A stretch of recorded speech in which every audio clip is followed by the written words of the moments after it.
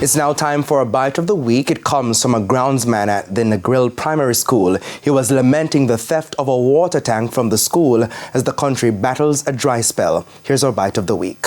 You see, in this Negril place, the man them fi put $10,000 together and make we instead we have one tank, we have two tanks, enough lawyer and doctor we put out, you know. You understand me? So them fi know themselves and stop take the little picnic them thing there. Cause it's painful to I and I as a groundsman. You see, and when I come and see the thing, them miss like that, you see, it hurtful.